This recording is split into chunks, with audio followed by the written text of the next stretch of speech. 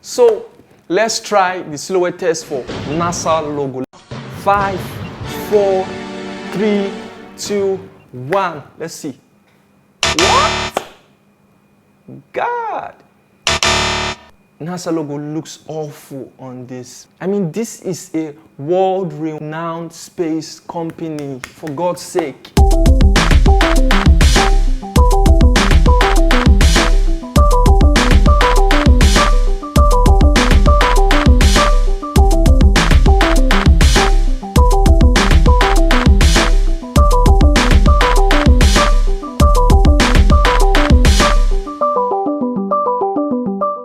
Hi, my name is EKD. Today we're going to be seeing if your logo can pass this test.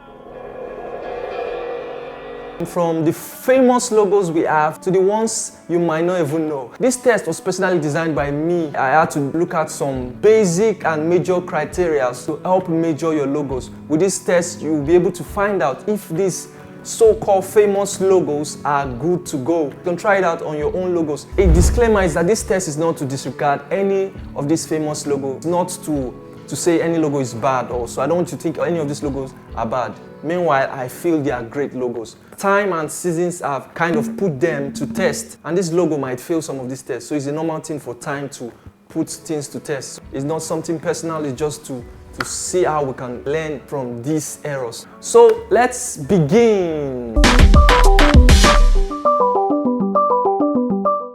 I divided this test into, I think, about 3. One, we have the adaptability test. So what do we mean by the adaptability test? This is a test that will help to know how adaptable your logo is to different platforms. As you know, the logo is not meant to be on a piece of paper or just on your screen. You find some logos on t-shirts, you find some logo on signposts. So your logo is not just to be on your screen. So when you are designing, you have to put that in mind.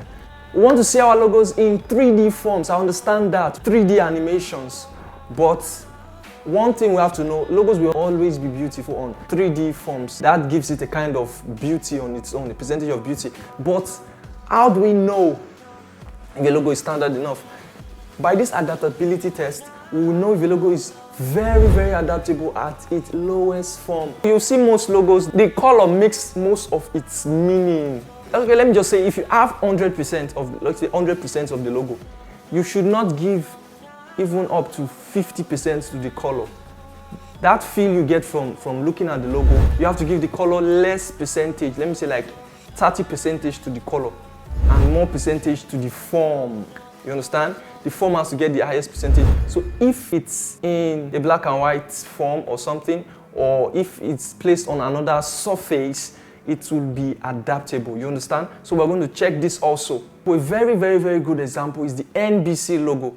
You can see the logo, it has a peacock form. One popular thing about the peacock, it has multicolored feathers. Even if we take off those colors from those feathers, we will still be able to tell that this is a peacock. So that's what I mean by not giving the highest percentage to the colors. Again, you have to know that this is not to frighten you. I mean, this will even help you learn faster. When you know these criteria, it's not to scare you. So let's continue. If you look at the PayPal logo, it uses a color to separate the two letters. We have 2 P's there. It uses a light blue to kind of put a separation between the 2 P's, so you're able to tell that this P is different from this P. Okay, let's try to put the PayPal logo on test so you see what I'm saying.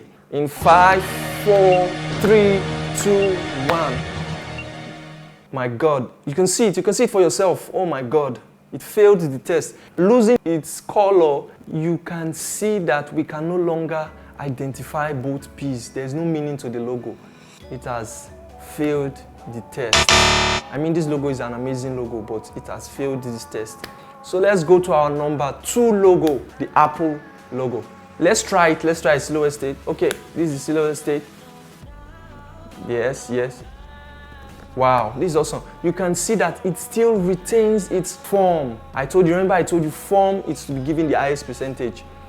Even if we don't give this a red or a green color, you know that this is an apple. Congrats, you passed the test. The next one we're going to try is Mastercard's logo.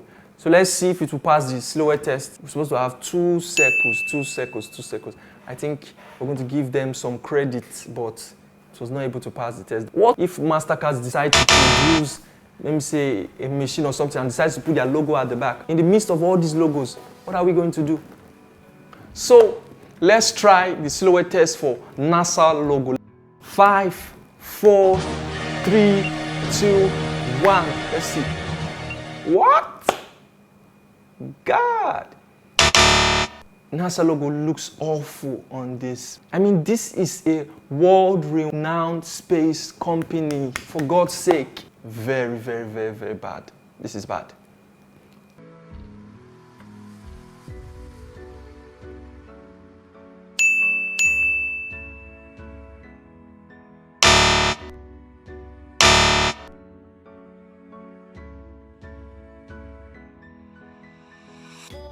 The NASA logo failed the test. I mean, the paper logo was even better than this. At least we could see some kind of forms, but this is, it has turned into what we cannot even understand. I mean, so I know you've learned a lot today, and I want to bid you to subscribe, share this video, give me a thumbs up. You can comment whatsoever you think about this tutorial. Bye for now.